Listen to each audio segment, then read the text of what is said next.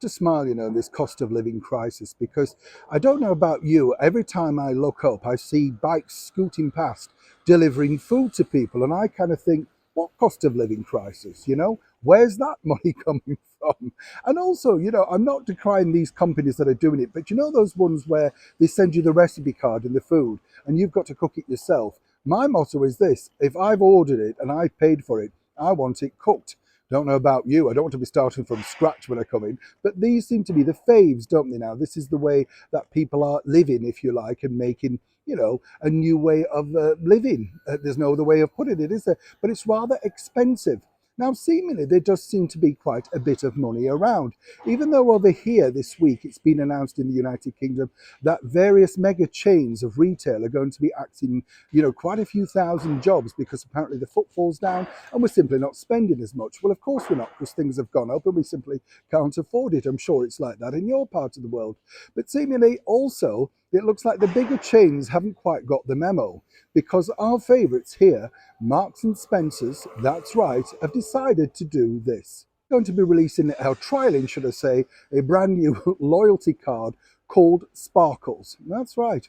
And this apparently can get you free magazines, one free coffee a month, a donation to a charity of your choice, plus a £10 voucher every month, and of course selected offers.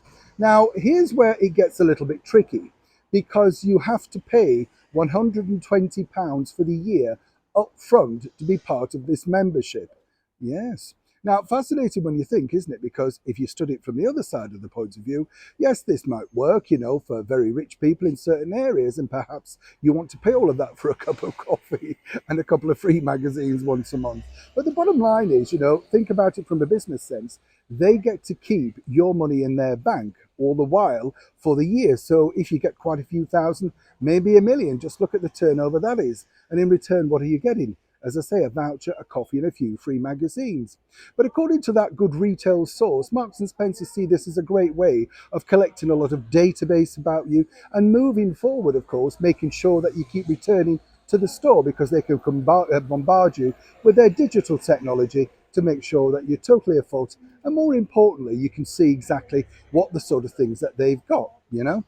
But I don't know about you. I'm not quite sure if this is the right time or indeed the right way. If this trial becomes a success, they do plan to roll it out across all the stores through the United Kingdom, and they believe that this could be a brand new way of making sure that we, the loyal customer, return. But, of course, firstly, you have to produce that £120. Now, I don't know about you, but in this cost of living crisis, is this the most effective way of luring customers back? And more importantly, would you do this? As ever, I'd love to know what you think to this particular breaking news story in the comments below. Being honest, I wouldn't want to shell out that much money in advance, and I think it really ties you in to certain levels of shopping. And when we're all looking around for bargains, we switch every single week, don't we? Yes, I know. Of course we do. We're all the same at heart, aren't we? Always looking for a bargain. As ever, let me know your thoughts. Neil Sean in the very heart of London.